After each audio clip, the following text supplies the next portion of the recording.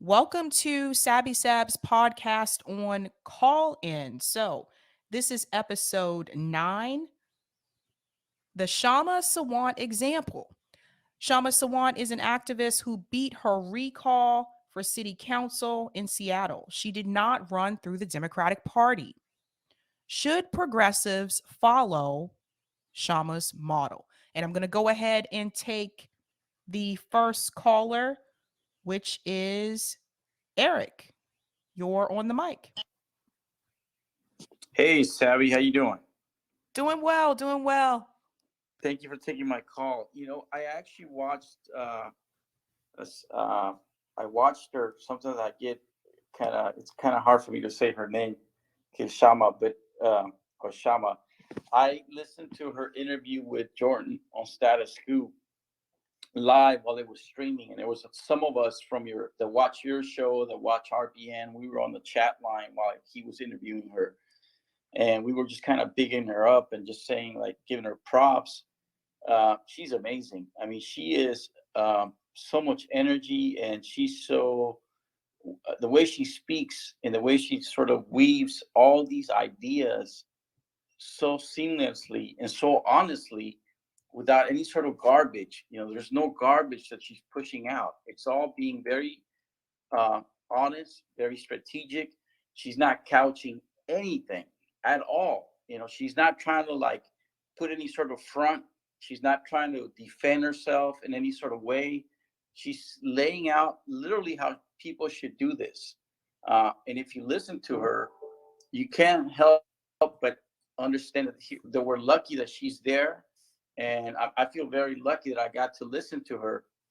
And I hope that we can all support her in any way that we can, so that she can move forward, and that maybe others will do the same like her.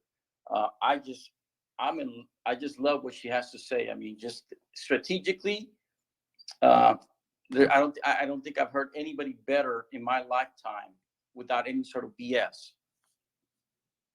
Right. No, I agree. I think the thing with Kshama Sawant too is that she's very much focused on the workers, right?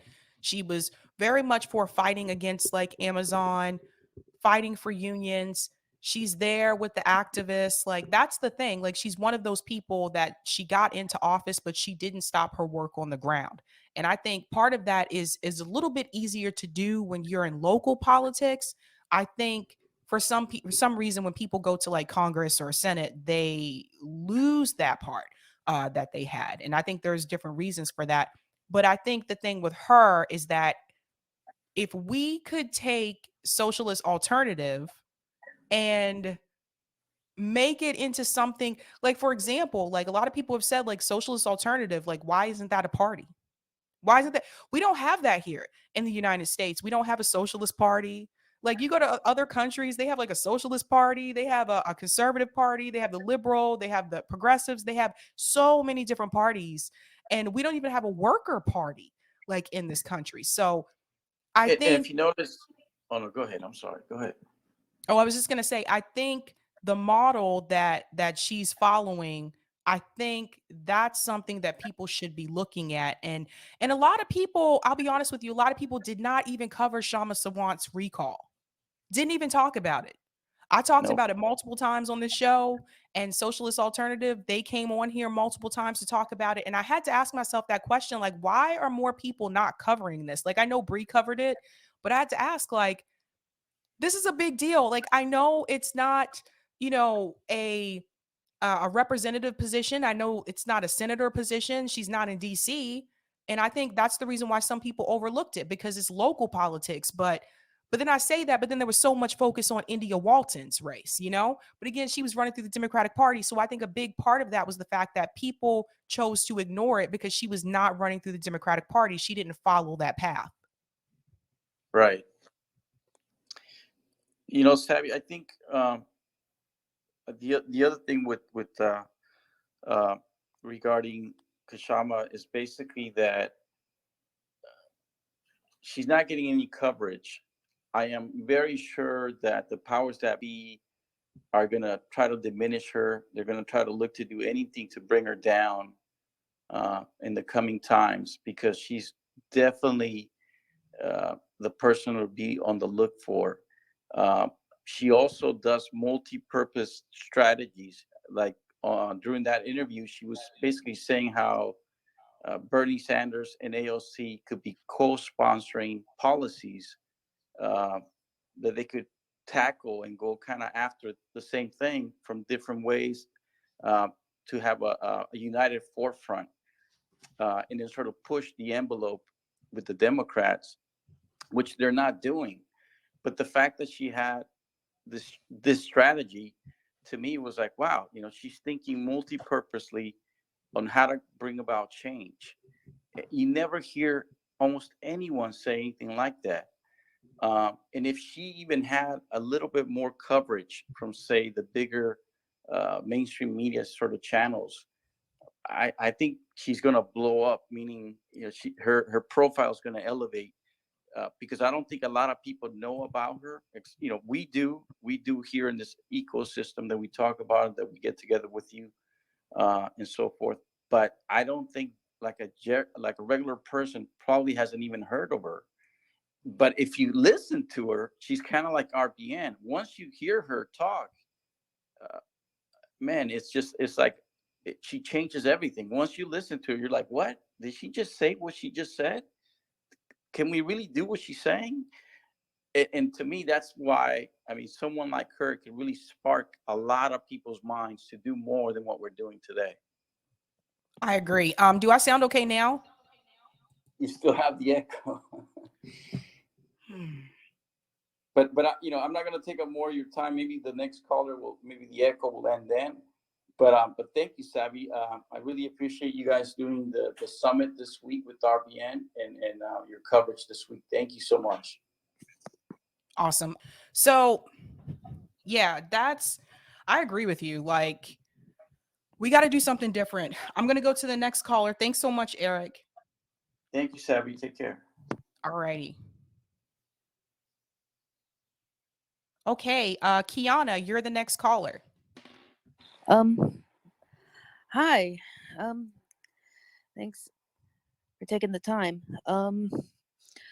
So I definitely agree with the idea of not running through the Democratic Party. Especially, well, so I'm gonna find this out because what's going on is at the local level, we have a slate and consider ourselves like progressive Democrats in our county. So, and we're trying to get onto like their central committee, and it's more of like changing things from the inside kind of thing, and just all that. But same time, I just have this feeling like running independent even at that level. Well, but there's one thing that I know for sure is definitely not run through the Democratic Party at the federal level. That's all I know. But well, I hope at the local level it's going to be easier. Yeah, and I want people to know there are a lot of, like, for the Green Party, they actually have a lot of local positions.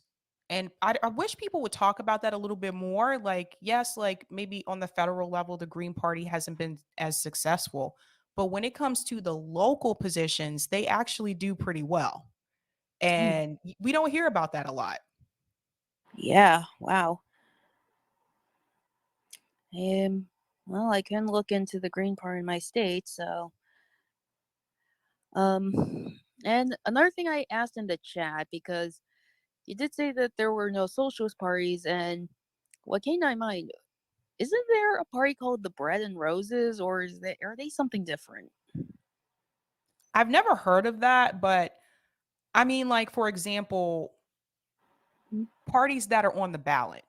So, like, for Oh. example, like for people that go to vote, I don't see a socialist party on the ballot. And I think Oh. And it doesn't even necessarily have to be a socialist party, but if we had some type of party for the workers, something that like really fought for like laborers of this country, I think that would particularly do really well, especially considering you had so many employees go on strike the past year and a half. Oh I yeah, think that would something like that would do really well. absolutely. And I also agree. Sharma Sawant definitely keep up her like activism even when in office, and hopefully me and everyone on the slate will do the same thing.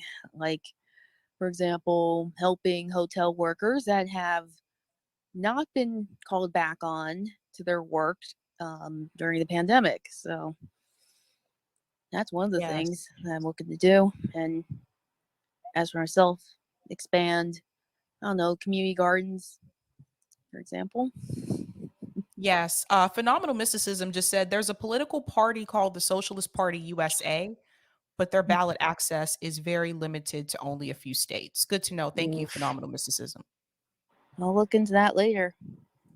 Thanks.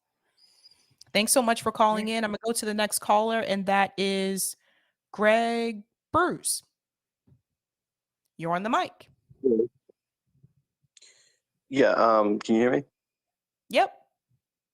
Okay, yeah. So the question is, should she run she should not run the Democratic Party. Progressives should follow her model. I mean, if anyone who wants to actually make a change should not run in the Democratic Party.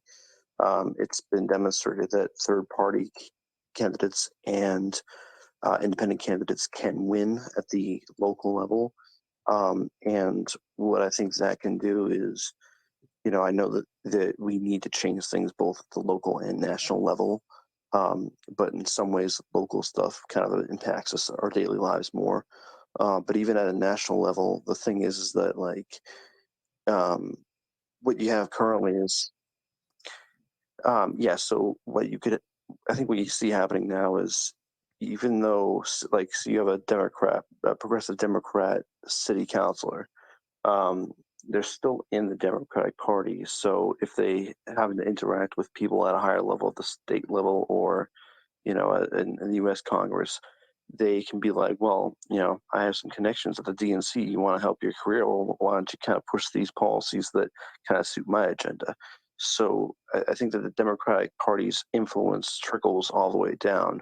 So the more we can, even at the lowest level, get alternatives to the Democratic Party in place, it weakens the Democratic Party, which is something I think we all want. So, in short, I do think that the model of not running through the Democratic Party is, I think that's the good way to go. Yeah, I want to make the comparison to education. For those of you who are educators out there, you may identify with this.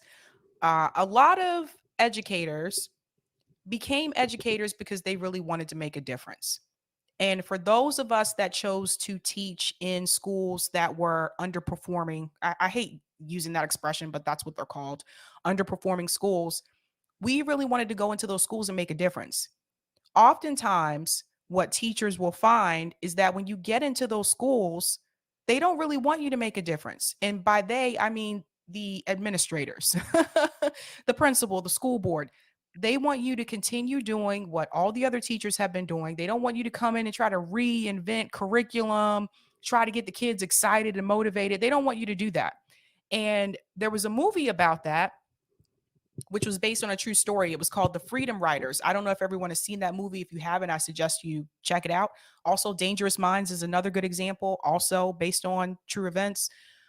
And it's true what they say in those movies, that when the people who come in that really want to make a difference, you have to last for a certain amount of time if the school has a union. So, for example, in Boston, I think you have to teach for like 3 years before you can join the teachers union here. What they'll often do, the really good teachers that come in and start to help the students that are struggling and start to try to change things on the inside from within that inside game, a lot of times they're not brought back the next year. Why is that? Because they don't really want you to make a difference. They want you to really just come in, do the status quo, keep things the way that they are. So even though it's their classroom, it doesn't matter because the administrators, the people above them, are the ones that really make the decisions. And this is why a lot of times you'll see good teachers leave because they're not able to really give their full potential and to be creative and implement some kind of change. I look at this the same way with the Democratic Party, with the two-party system. They don't really want someone to come in there and change anything. They like things just the way that they are. And they want you to come in and follow the status quo and walk the line. And anyone who tries to go against the grain, they're going to try to find a way to push them out. So, yeah, 100% agree. So we need to fight the hard path, which is not through the Democratic Party. They say it's the only path. No, it's just it's what seems to be the only path, but we need to walk the hard path. So that's all I got for now. All right. Thanks so much for calling in. I'm going to go to the next caller, and this is Lance. You're on the mic. How you doing, Sabby? Good to talk to you. Hello. Hello.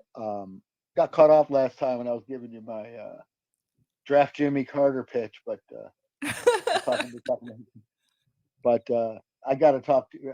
I actually was the last caller with Brianna Joy Gray. Wonderful. And at the end, she's like, yeah, great, back and forth. There were so many like long conversations she had because it was a great call. She was really enthused about it all, great. And I'll get your thought next time on who you think is the up and coming next generation of Democrat, progressives. And I was going to say, I'll give her the Jimmy Carter spiel next time. But anyway, but multi-parties, you hit a great point. Back to topic about multi-parties in the EU and not, let AOC and the squad off the hook. But when forced to vote and all that stuff was happening, it did look like a little bit of overkill. Like, am I sure these guys aren't, even the ones I love, I won't mention names, but not that I'm famous enough that it would matter if I did, but, a little bit about Cliff.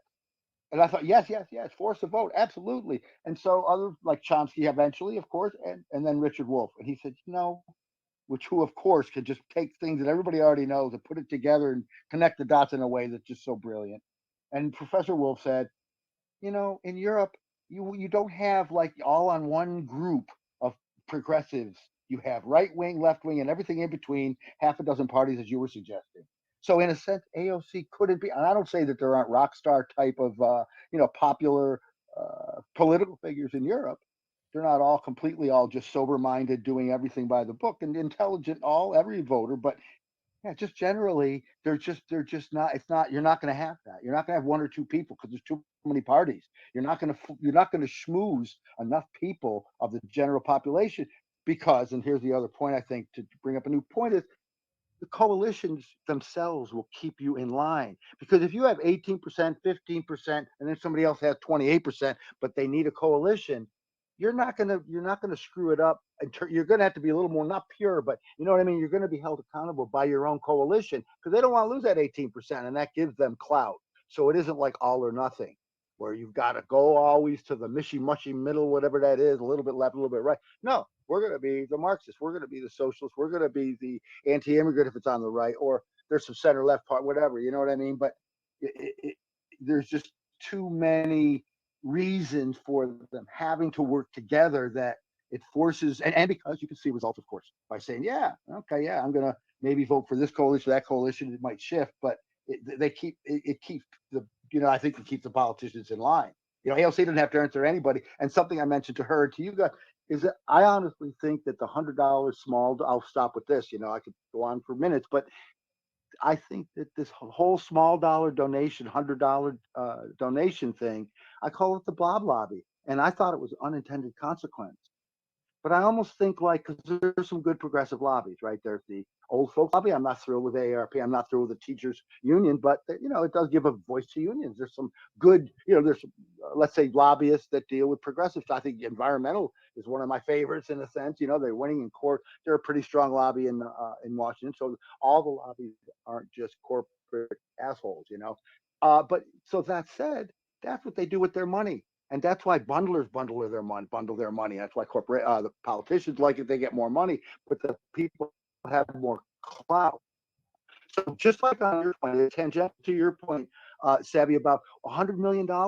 Wow, how much like direct aid to people could that do? Or 50 million, 50 whatever. But I mean, another if you had $100 times a million people, there's nothing tied to any of that $100. It's just amorphous money. You might as well not hit John Doe and Jane Doe on every one, because you're not going to be owed anything specifically. It's just you're giving $100 for the general progressive socialist / slave. But if 100 people times 1,000 said, "Hey, we're going to be $100 donators, but here's this issue," and say, okay, this 100,000 is for the people that say we want minimum $15 minimum wage. Then another 1,000 people who agree with that, but will say, yeah, this one is for universal health care. 100,000, people donating a chunk for that issue. You know what I'm saying, Sab? That would mean a lot more than a million people with just $100 each of just individual people. But what would happen if we just all stopped donating to politicians? Just a Absolutely. theory, just Yeah. a theory. Like, what That's happens why if I we agree just with this one. stop? Yep. I totally agree.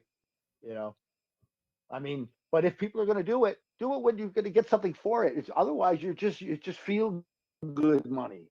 It's like Black Lives Matter money, and that's why 90 million went bazoo, because nobody followed it up with, hey, wait a minute, where's this money going? There's a guy Geldof. Do you remember him from the Good Rats, whatever they were called? And he did the Food for Africa, where he went and did like fundraisers. Like there was Farm Aid. Remember, there was the ones that Willie Nelson did, and there's been other ones. This was for when there was a huge like starvation thing going on in, I think, Ethiopia at the time.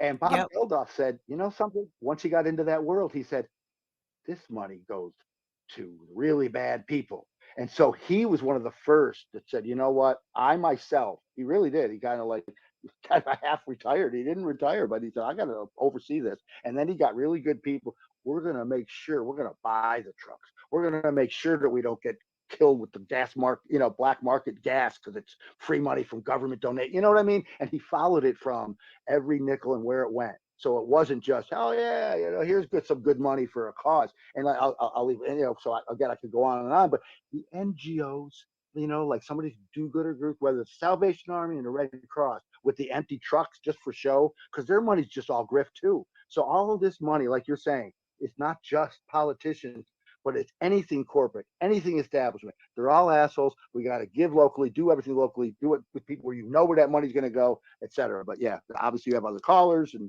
that are just as interesting as me. So I'll stop there and maybe call back and get in the queue again or something. But Awesome. could I just say one last thing about third parties, and I'll stop. Jill Stein, nice little back and forth. I was the last caller on this show too. I said to somebody where they said, good job. It was with Jordan Cheriton, who I like a lot, but he's a duopolist too. And I said, third parties, if it was realistic, and I've already talked about how third parties through history have done, amazing things, but Jill Stein was on the ballot, and she's such a credible. I like Howie Hawkins. We have mutual friends. He doesn't know me by name. We've been in the same company. Some of his best guys that are like his closest guys that help him with elections are good friends of mine, et cetera, et cetera. I like the guy, but he's not going to be the president. He's not going to be a candidate for president legitimately. He's just not. He would be great in Senate and Congress. He could, because he's super smart and he could do that stuff, but he's not going to be president. I think Congress more than Senate, but Jill Stein definitely. She's on the ballot, or was in 2016, in 46 or 48 states. So, Yep. it goes back to what Nader said. I said, what do you think would happen, Jordan, if you, like Horton Hears the Who, if every progressive, okay, maybe not all, not just Jimmy Dore, people you just, and you, and the squad, and Marianne Williamson, and all the Breaking Point, all the people, the Vanguard, everybody on the left. What if in 2016, if it existed, that he all said, yes, Jill Stein, she's on the ballot in 48 states, and all them tens of millions of AOC, tens of millions of all these other people, Jill Stein could very well be president if we did that. He didn't know what to say, actually. Yeah, no, it's true. Like, she was on the ballot in 48 states. But yet, for some reason, people thought it was better to vote for Hillary Clinton. People thought that Hillary Clinton was the better candidate, and she wasn't. And then some people didn't know Jill Stein was running because of mainstream media blockout. Unfortunately, that's a big part of it. And I think that's where independent media is supposed to come in, though, and pick those people up. We shouldn't just talk about candidates that are running for the Democratic Party that are progressives. we should also talk about these candidates that are third party and that are independent. We should be picking for people to say, well, people don't know about them, but people don't know about them because they're not given a big platform. So if you None. have a large platform, bring them on, and then more people will know about them. See, that's the problem. Okay, is that what? That's why these people are all duopoly. This is and Sabby, you've helped peel even like whatever layers could ever possibly be left. Even as I get not so much that my politics get further and further left, but my cynicism and realism of what's going on in the Democrats with the left, with progressives, etc. It's just such all a grift, like the MPP and all that. Is the idea of uh, just how well, just what you were saying. Oh gosh, I just lost the thought for a second. But how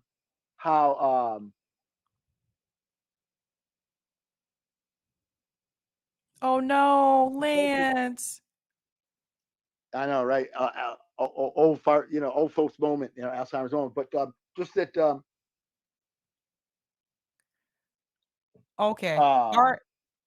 I think you're cutting out, I'll get Lance. back in. There's only a couple callers, so I'm going to get back in queue and I'll remember it. Okay. All Right. right. I'm going to the next caller who is Farah.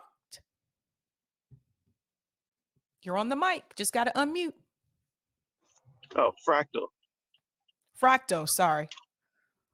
Yeah, nice to talk to you again, Sabby. Welcome back. Yes. So, I think I had about 3 things I wanted to hit. One, thanks for doing the show. I didn't get to catch it, unfortunately, because I was spending time with my dad, but I knew it was good because you've talked about Sharma before, and I've seen all the interviews. I just want to say, I think first that Sharma is the standard bearer of what I was saying the other night on Brianna's Joy Grace Callin. Lance was there and he was great on that one. So was William and all the other people who are here that were on that one. And what I said was I kind of told a story about how I was working for a banquet company and there was this middle-aged white lady that was real cool, very anti-racist. But she made a comment about how, sometimes, people of color and black people, we can say things that may, repel people. And there's truth in that. I'm sure there's a lot of resentment that some black people have.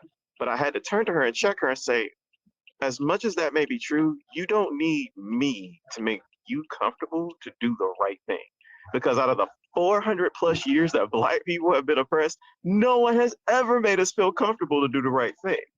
Mm. And no one ever believed in us. No one believed in Chris Smalls and what he was doing. And I'm sure nobody believed in Sharma. So she's an example of you don't need me to believe in you. And what made Bernie Sanders so have the jagged edge that he had was the fact that for 40 years, no one knew who he was, and he was just doing the right thing when no one knew who he was, nor believed in him, and he didn't need people to give him money or believe him in order for him to stand for what's right.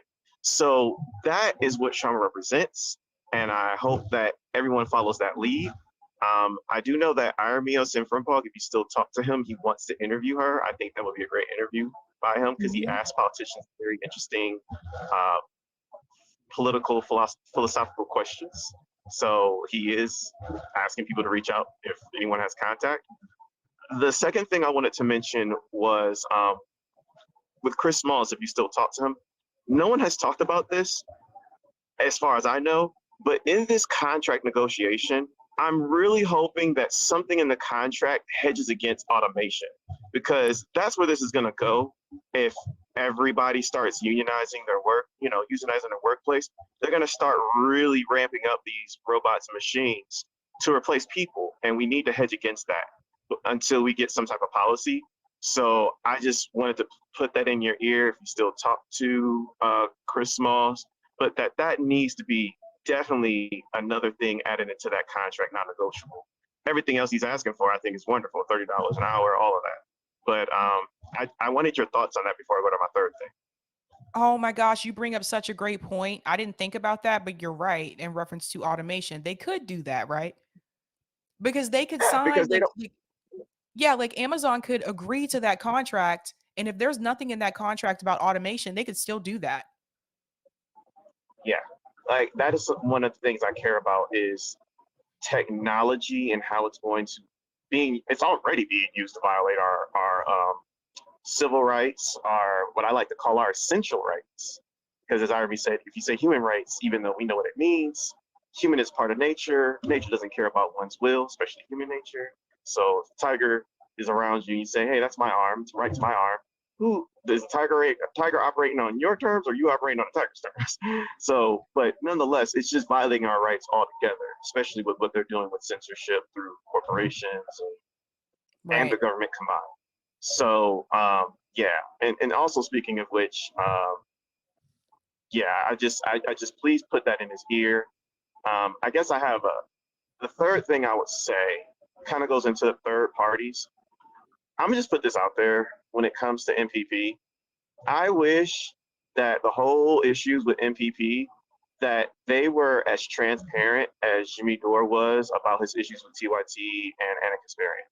Because, Mm. and I'm not saying one way or another, I just wish that that transparency was there when it comes to the sexual assault stuff. And I wish that MPP and all the players involved were as transparent about the racist terms being used and whatnot, just as got to give credit where credit is due. At the time, Cenk Uygur was when it came to the Justice Democrats. And if it comes down to it, for the sake of the movement, it's like, is it about the person and the people leading it, or is it about the movement? And I get the whole like having money where you trust, but it's like, should it not be democratic in a trust fund or something? So that way it doesn't look like nepotism. That's just my Mm. questions there. But with third parties, though, I really think that one, someone said it on, I think, on Brianna's show the other day, or it was somewhere else, and they said that basically the Democratic Party has set the precedent for running as an independent against a Democratic nominee after the primaries over, and they did that with India Walton. I mean, literally, the guy spent money to get stamps for his name to do a write-in campaign. So if it's okay for them, you know, there's no reason. And that's why they were saying it's no reason that Nina Turner shouldn't run third party in a district where it's very heavily blue, if it is, Hmm. or anybody for the matter at this point. But I want us to really live in reality here about, let's say Bernie Sanders did win the nomination in 2020, and you know, let's say he was about to beat Trump. Please believe, as Judge Ventura said, both parties would come against him. And what Trump revealed to us all, whether he meant it or not, is the way that you can circumvent the people with an election. Because please believe if Bernie Sanders won, you would have had state legislators coming out and revoking those electors for the Yep. sake of the system that they want to uphold.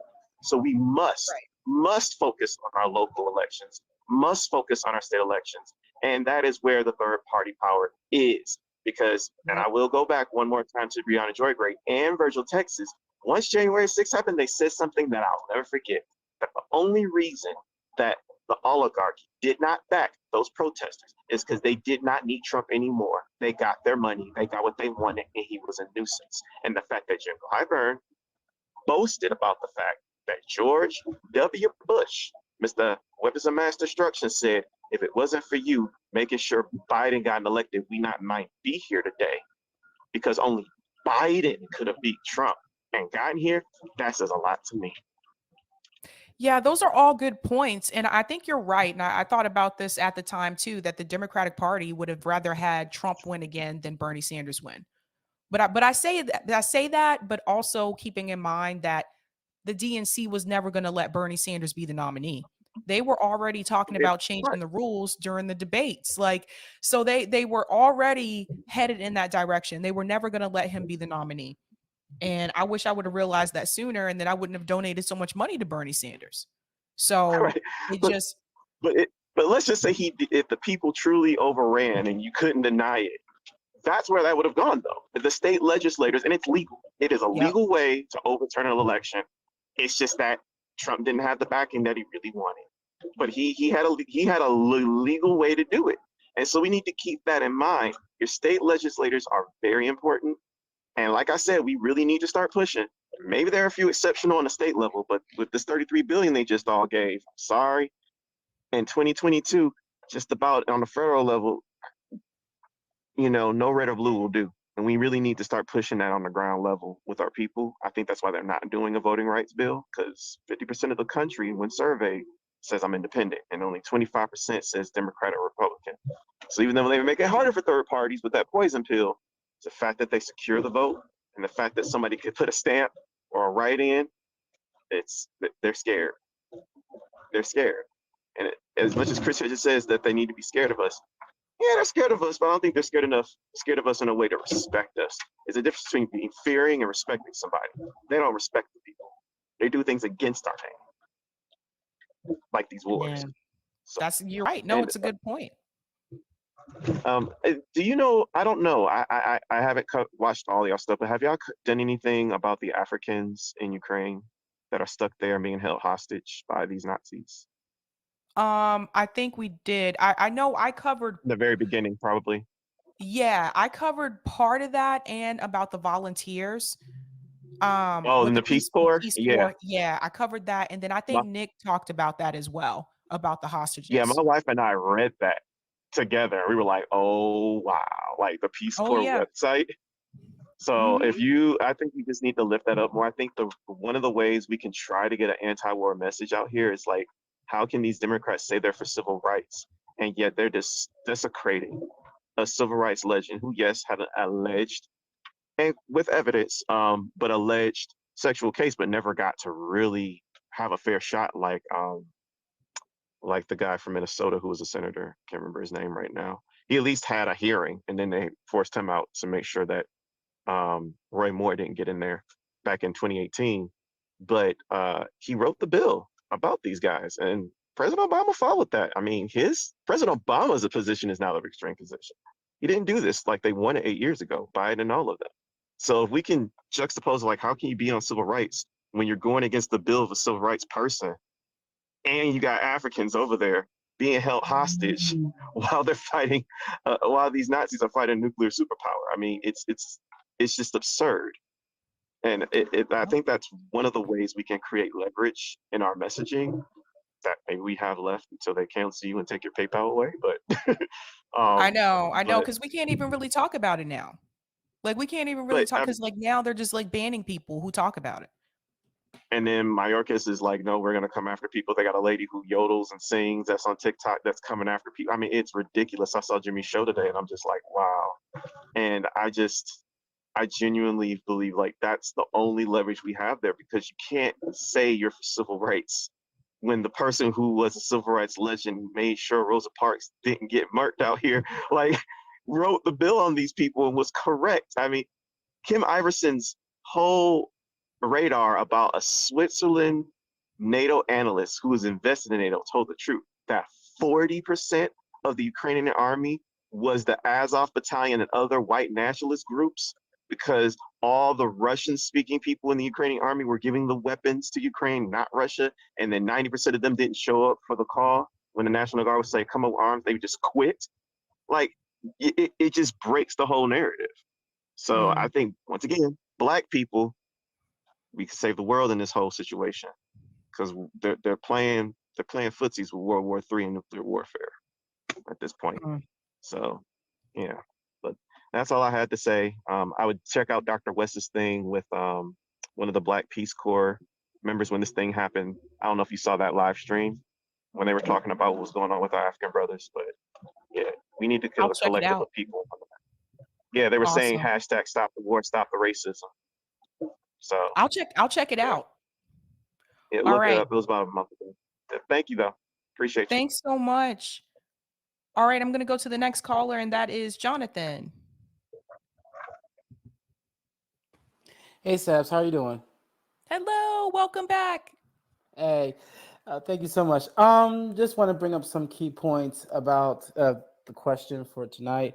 I would definitely say that Kshama's her model for third party. I mean, yes, I definitely say it's definitely a model that progressives can use. I think that it does. I would say it's a model. So looking at it, I would say absolutely. For those who call themselves progressive, who actually are progressives, of course, not progressive by name only. Just one thing I want to bring up we saw in the interview that she talked about her recall election. I don't know if everyone remembers this, but her recall election was very unique. The elections for Seattle, the mayoral election was November the 2nd. Her recall election was December the 7th. That was intentional.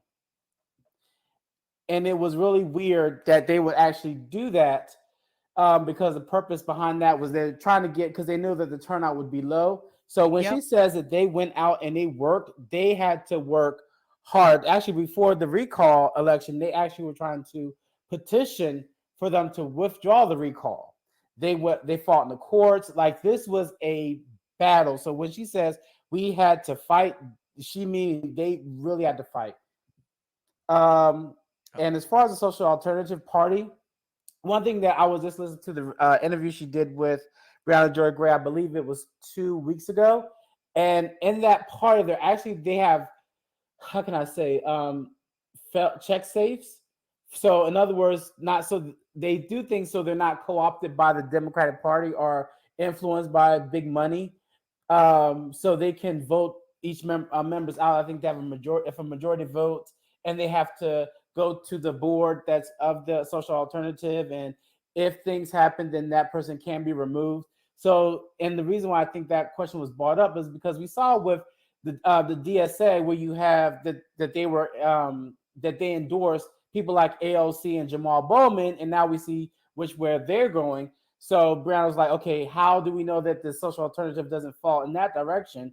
And because one thing I love about Kshama is that she's very transparent, and you can tell that she's very authentic, and she never backs down from a hard question. So she said, as far as the Social Alternative goes, this is how we roll things, this is how we do things. And that's something that as a third party you would have to have, because I, just like yourself, question electoral politics. Just like you, I went out and voted for Obama for 2008. I was prideful, happy. I'm like, yeah, first black president, he's progressive, all that stuff. 2012, I did vote for him out of fear, and I said to myself, I will never do that again. So needless to say, I did not vote for Hillary in 2016. But also, India Walton, one thing I did like about her campaign is that it showed that the whole model, vote blue no matter who, doesn't matter at all. We can throw that theory out the door, because we saw that even though she won the Democratic primary, her challenger came back. He went on a third party ticket. I forgot it was some sort of name they gave their ticket, but like you said, he was a write-in candidate. And I remember India Walton saying when she was at the debate, she said, "I don't know why I'm here. I won my primary. Why am I here debating?" And it was ridiculous.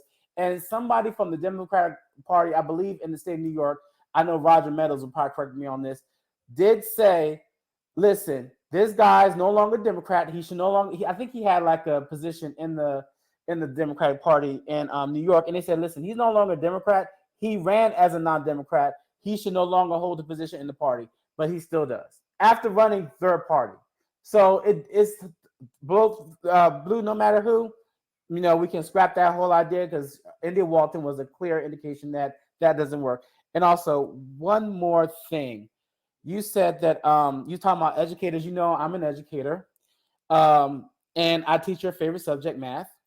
And and I think you're looking for the right words to use when it comes to the type of schools. I would, if you want to use this verbiage, that's fine. If not, I teach what is called a Title I school. And for those who don't know what Title I is, I know you know what that is, Sab, but those are for schools in which students come from low-income families that make up at least 40% of the enrollment. So we get funding outside of what you would get normal funding from real estate taxes, because in the city that I teach in, only 20% of the residents actually own their homes, and so the rest of them are renters, and that's pretty standard. But I will say this, and I'm in my third year teaching, I've noticed that they do want people to come in to make a change. They actually do want those teachers. The problem is they want us to make a change inside the system, There you go. does not work. at all. Like Nope. I had keep in mind that I'm much older, but when I was in high school, this was before Bush became president. So there was No Child Left Behind. After No Child Left Behind, it was like just get them in, get them a diploma, and get them out. We don't care. Yep. So I gotta deal with kids that I'm like, we are sending you into a world that you're not even prepared for. You can't even do third grade math, but you have a high school diploma. And they want us to talk about white supremacy and dismantling the corporate structure and go out there and be change agents. I'm like, some of these kids can't even read past the third grade level. How in the hell are they going to make some type of change? And then we get them to college and they get into debt. They realize college isn't for them. Then they have student loans. They have to take. It's like a continuous cycle. So I'm saying, from my perspective, yes, they want change, but you can't change a system. You can't make change with inside the system if the system itself has not changed. The system is designed for the students to fail. We know that the system is designed for them to fail. And the city that I teach in, they just cut the budget again for education. So it's like, okay, we have to get more students in. So that's going to be more of an impact on education because, more students in the classroom leads to low expectations when it comes to testing and grading, all that stuff. So we got more students coming in because in order for us to break even, we got to get more students coming in, more students with IEPs that don't get the services that they need. It's a whole system, but they want us to, hey, let's read what's her name? Zamina Hammond and how to create cultivating geniuses and Dr. Goldie Muhammad. No, sorry, that's Dr. Goldie Muhammad, the wrong person. Do curriculums that are culture responsive. I'm like, I don't have the capacity, the time, nor the bandwidth to do all that stuff. Trying to dismantle the system within the system, but yet you're still saying, okay, do all this, but you still have to hit this goal. Yeah, I have to have this percentage of graduates. They have to have this amount of grades. We got to, yeah. So that's just from my perspective. And I'm sorry to talk so much, but yeah.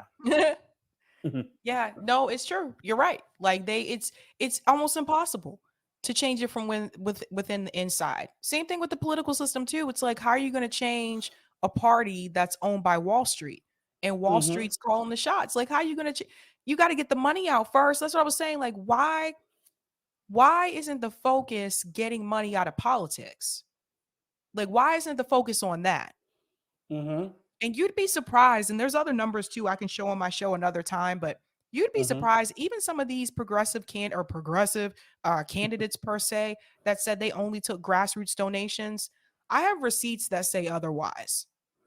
So it's just again, most people are not going to dig that deep. Most people aren't going to look that far. But I have receipts that show that some of these progressive candidates that said they only took grassroots donations are not telling the truth. And again, that goes back to the money. And that's why you need to get money out of politics. So that's a big part of it. But I'm going to go to the next caller, Jonathan. Thanks so much. No problem. Thank you.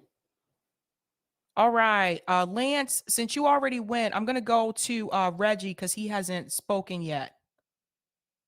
All right, Reggie, you are on the mic. Hey, how you doing? Actually, Hello. I've been watching. Can you hear me? Can you Yep. hear me? Can you hear me now? Okay.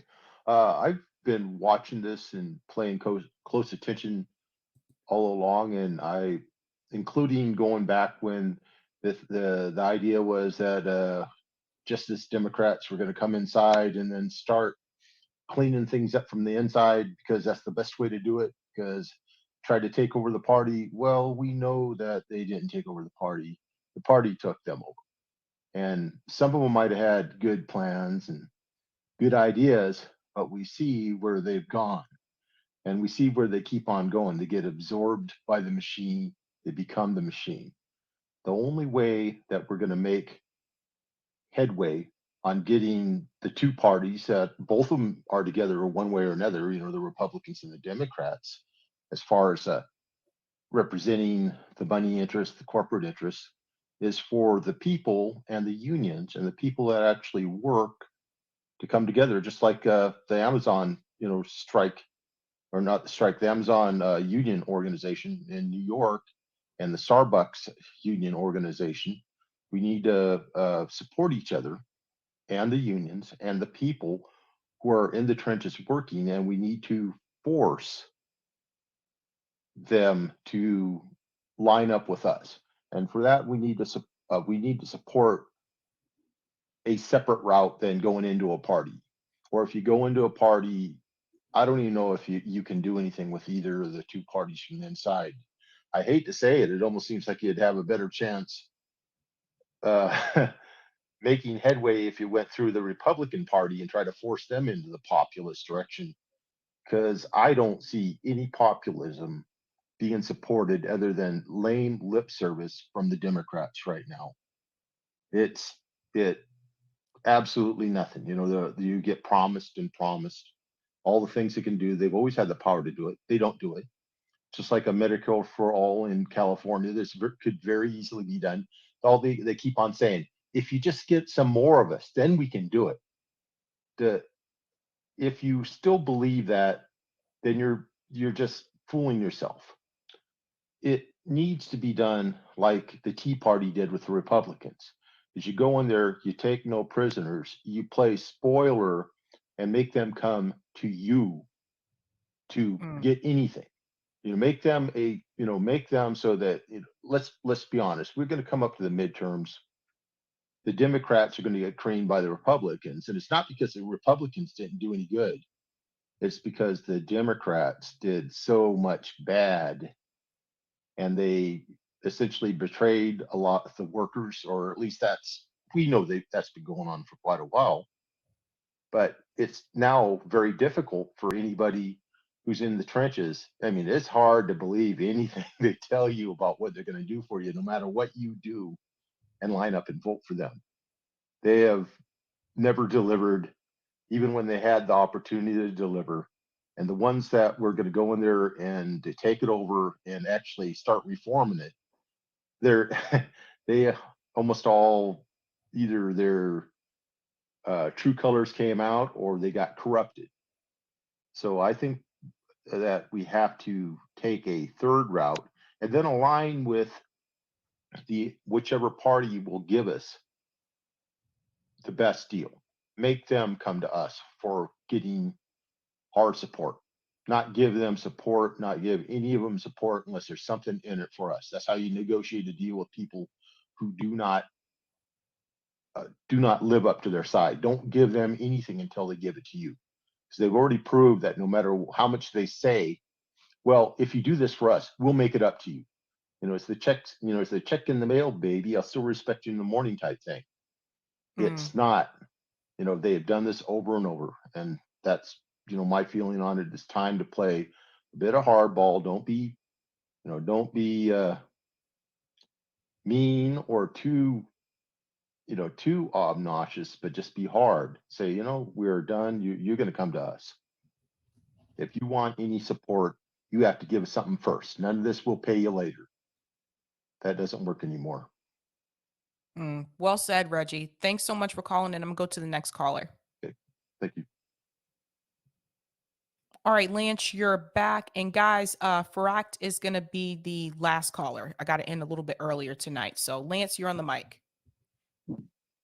Yes, thank you for letting me speak again. So, whatever I'll say about being cynical and all that, it's a question of if this was what I was going to say, is the Democrats would rather lose. And that became apparent if you remember the Georgia election, which was only won by grassroots. Give Stacey Abrams the credit. I'm not a huge fan, and the other folks, it was on, grassroots on the ground, get out the vote. They didn't think they were going to win Georgia. And so it wasn't a question of like, wow, let's celebrate. But now that we have power, it was like, they didn't want it. And they've done everything they could to undermine whatever progressive energy from day one and before, as far as Bernie Sanders and the progressives. One wonders, just to be brief, something else here is that we need a turner. Now, for instance, Kshama Sawant, who the last thing I was saying to Bree last night was Kshama Sawant for president. I don't know if she's eligible, but I mean, she's just the best. And and this isn't a direct analogy, but listening to, like, say, Kshama Sawant speak and Nina, It's like if I listen to Martin Luther King, it's like listening to Martin Luther King and then listening to Reverend Al. You know, that's about the way I could describe how listening to, say, Kshama Sawant or Nina Turner. And I think she's just kind of a more refined version of like AOC, who could say 7 paragraphs of just why we can't quite ever have an idea of when and if and how we're going to get real stuff done. Always a little around the corner. You know, just give us enough money for the next time. And the movements are great, but when then stuff happens behind closed doors. She basically, Nina Turner said the same thing that AOC and those guys did. Thank you. Every cycle we will, because she said this. Every cycle we're going to need your support, but then you got to let us just do our thing, you know, behind closed doors. That, you know, no, you know. And like I said, I think that the other thing is that's why were they so afraid of Nina Turner? They know what she's about, and I think it had to come down to jealousy. I think there was a nice coalition of squad folks who said, you know, they didn't want to be outshined because she's really good. I think that's part of it. That she was going to be in the way of AOC and some of these others to get to their eventual speakership. You think, you know what I mean? That's a good point. I mean, I do think AOC has high political ambitions. I have to throw this in there. I think I'll bet you $1 to a donut, Sab, that if you were a fly on the wall, Nancy Pelosi came out of hard scrabble Baltimore politics as an Italian when it was like not, you know, it was like kind of like being where she's from, where I'm Hispanic, but yes, not like the old days where we were off the boat Italian, but Nancy Pelosi still, right, Italian. I promise you, Pelosi painted a picture and said, "You're me. You're the young person of, color, marginal group, and you can work your way through the system, and you'll be speaker today if you just spend 20 years, because I was that progressive young person." I promise you that's what she did. She painted a picture of that you could be like me and just walk in my footsteps someday. I know she did. I guarantee it. You know what I mean? Yep. And that's what I say. Bernie himself, I'm sorry to say, Bernie, but yep, and AOC and Nina and all these people, because she's not really a threat in any way, because what she's about, just with jealousy. They're what I call prog whisperers. Just come out, just say just enough, make just the right tweets, go to after the fact, just enough union rallies, and I think guarantee that they're going to come out more and more, because otherwise they know that Chris Small is going to call them out. He said, "Look, if they want to jump on board, fine. They better be in it for the long haul. I'm not going to let them jump on the bandwagon, do a bunch of tweets, and then everybody's going to give them money again." So he's going to call them out and say, "Okay, guys, where are you for the next rally?" And say, "Uh-oh," you know what I mean? So he said that already. So they're going to be on board with him, I think they're going to have to be, because their feet were put to the fire. God, do we need any more evidence of? They don't do it till you make them. Then they'll do it. Then they'll jump to your team. Hello, we're not listening to big band jazz anymore. I love my folks, but I'm into rock and roll, baby. I want the Beatles. Frank Sinatra can go, do another retirement tour. You know what I mean? It's like, now they have to play to their tune, and there it is, right? We talked about it's a zero-sum game. It's all about the haves and the have-nots, as the great late Mort Saul said. It's all about, at the end of the day, with other marginal differences, and listen to Richard Wolff say this, it's about profit and wages. And every penny of wage you get is a penny less they get in profit. There's no math that's going to change that in the capitalist system, and the penny you fight for now, they'll take 2 cents tomorrow if you don't keep fighting for it, And so it's like, you got to make them jump to your tune. You're not going to have a better version of, sappy, excuse me, Michael Bolton. No, we're playing some new avant-garde jazz here. And if you don't get hip to the slip, man, forget about it. We're going to leave you behind, So if you're not going to get down on board, to get out of the way, and this is not what's happening on the left. And these people are all sellouts, because they're not dumb people. I don't care. I'm sorry. All the break push people, all these duopolists, no, they're all sellouts, and they all like their little fiefdom. And like you said this so many times, like I've said, you've always opened up more things that is that these people are comfortable. They're not suffering, and it's gone from, okay, fine, not everybody's a movement person in the streets. Okay, fine, but now you're on independent media. Well, now you can have all these people on, and I'll leave with this, right? So, and it's going off on a tangent, but like you're talking about the left and getting everybody on board. Breaking points. Yeah, I still like them, and I'm like everybody else. I've seen them slip. We're going to be new now. You know what I think happened when they went from the Hill to their own thing, among other things? they realize that they don't have the Hill legal department if they go over a line where it isn't just a nasty call, but if there's something real happening. They got to pay their own way now. They're like on their own that way too. So I think they're being more conservative or less independent or whatever you want to call it. Because I don't think that so-called independence. It's like saying if you're a freelance writer on your own versus work for the New York Times, all of a sudden you don't have their legal department anymore. You got to hire your own, like Steven Donziger had to do. You know what I mean? Mm. Well, Lance, thanks so much That's for that's calling on. Yeah, thanks so much. I want to get to the next caller. Thank you. Bye. Yep. All righty. All right, guys. So as I mentioned, Fract is going to be the last caller. Willem, just letting you know that because I see you in the calling queue. All right. Fract, you're on the mic. Thanks. I will try to make this quick, since you give me a second chance, because I like Will. Shout out to Lance, actually, for that last point, because I was wondering about breaking points too. I wanted to agree with you on the teaching thing. First and foremost, my godmother has been a principal, an administrator, and a teacher, and she can't stand to talk about her job anymore. She says the exact same things. So I feel you on that. And I've been a substitute teacher myself before, so I understand. I did want to talk about the money and politics part. I think we need to think a little deeper. How did the money in politics get there in the first place? To where we would have this system of not having a system of accountability. Because the money is just a means of prestige, which is what classism, racism is, as Iremy has pointed out. It's the point of saying I'm better than you. So I think we have to really think about, even if you get the money out, well, how'd the money get in the first place? It wasn't the money that was the issue. It was what the money was used for. And it's a people issue.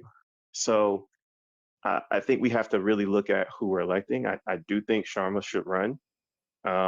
If anything, if Nina were to ever run, that might help her because they were like, we'd rather have her than have Sharma. So I think Kshama, it would be the best person to hedge against Kamala because Black people overall just were not feeling her anyway. So yeah, and so you got a South Asian, yes, who's not Black, but actually stood with Black Lives Matter. Like I said, she didn't wait for people to believe in her or make her feel good. She went and did it herself. That's why she's the standard bearer.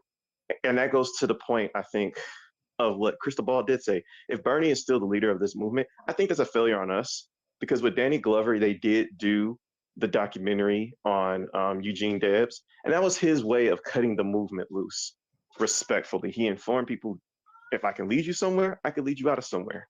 You don't need a leader. Think for yourself. Democracy works. That was the best thing he ever did after he stepped down from the race. I will give him that credit. But that is on us if Bernie's still the only person that could run, and it's just not going to work for the various reasons that you had people on the call the other night. So lastly, I did want to ask, do you believe that if Trump was in office, we wouldn't be in this war right now? Probably not. Probably not. I don't think down. that was I don't think that was something that he wanted. I could be wrong, but probably not. I thought the impression that I received is that he was actually trying to smooth things over with Putin. That was the impression that I got. Again, I don't know what went on behind closed doors, but the impression that I got is that he was not trying to go down that road. But right. So this is why I brought this up. I think, reasonably speaking, he had anti-war instincts. Don't like the guy, didn't vote for him, wouldn't vote for him. He had anti-war instincts. He wanted to get Afghanistan, got rolled on it. Let's remember that. He was against NATO, still paid them. And I think that you got to realize it was because of him undoing everything Obama did, including the gain of function research, including funding those Nazis. That was under him. And let's not forget, all that Russiagate stuff made him hawkish towards Russia on the record. And because of Trump, nearly all nuclear deals with Russia were gone except for one because of Putin. So if anything, he would have likely been pushed even more and a lot faster. Could Biden go with the no-fly zone? Yes. But I think Trump would have had more pressure on him. And we've seen what happens when a person who likes a lot of attention gets mad. All of us do, but especially certain people like Trump. He would have been more hawkish to prove that he wasn't a Putin puppet because everybody was on him because of it. So I think I just say this for us on the left that are anti-war, and even those anti-war right people, it I get we're feeling desperate because of the near nuclear war that we're about to go into. Hopefully not, but it's very likely.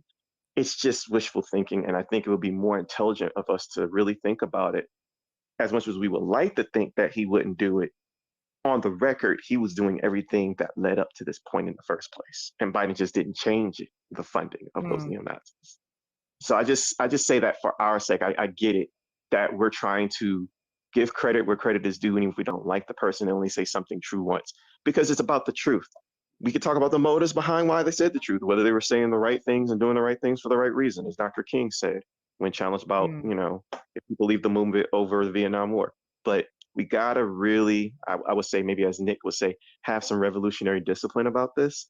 So to all your friends, Jimmy, all of them, Kim, Iverson, we need to really think about this, because honestly, he had so much pressure on him. Biden, he just did the Afghanistan thing. So like he doesn't have that Russiagate pressure on him. That's why I think he's able to his credit, hold back a little bit and be like, no, we're not doing a no-fly zone. They pushed him to say genocide, but let the lawyers decide it. But that's, hey, I respect what everybody believes, but a pastor once said, sometimes the blessing isn't what you get, what you didn't get. We didn't get Hillary Clinton. We didn't get Trump again. We didn't even get these progressives that have shown that they can be quite authoritarian and will weaponize even the Nazis, like Sam Cedar said. You use a weapon that's in the street. I'm like, oh, okay. So just saying, people have revealed themselves under stress. Oh, I think it would just be more. I think, especially with COVID, I think it would be more intelligent for us on the anti-war left, and then those on the anti-war right. Let's be honest about Trump. He had the instincts. He was right about calling out NATO. But when it came down to it, he rolled. He got rolled, just like sadly Bernie got rolled when it came to COVID. That's why a lot of Black people were like, I don't know about Bernie. I like him, but he might leave us for somebody else. So that's why I wanted to put that out there. And last but not least, please, please, please, I know I'm being annoying, but please have a whole session with Chris Smalls and all of y'all at Fred Hampton Let This Black Revolutionary. Y'all got to talk about this automation. It's coming. I can see it.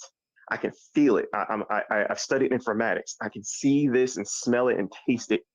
You got to let everybody you talk to know who's heterodox. This is where the automation would come in. Pertinently. Like they showed it in 2021 with the robot dogs. They showed it with machines in these warehouses. This is where it's going to come in when everybody gets back to unions. And if we don't have something on paper legally, they're going to get us out of a job because they don't want to do it. And since they didn't force the minimum wage by law, once everybody gets hired, they can just cut everybody back down to $7.25. So it's the same that's a thing. good point. That's a I good gotta point. stress that. We gotta talk about this automate. This is the time. It's the last thing they have to stand against labor, because if you can control labor, you can stop policies, you can stop wars. This is why they did this. That's why they hate the truckers. That's why they want to automate the truckers. Yep. My dad was a trucker. He drove for Chrysler. They want to do this. This is a very practical way to really a very applicable way to actualize robots in the workplace, just with manufacturing and just sorting things. They will spend the money and get things wrong just to make sure that you have nothing. Just like with Jim Crow. They spent money on cotton, knowing it didn't mean anything, just to keep from Black folks from being able to farm and feed themselves and keep them in debt.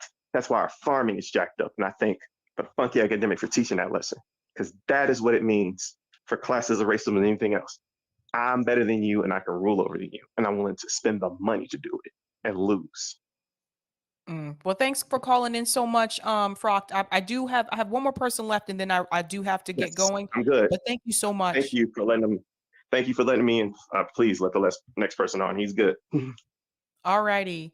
All right, Wilhelm, you're the last caller. You're on the mic. Hey, Sabby. Hello. Hi.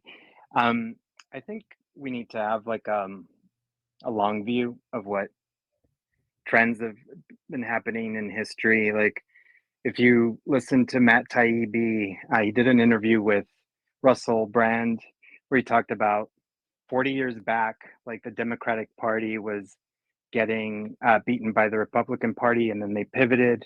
They said we need to take more money.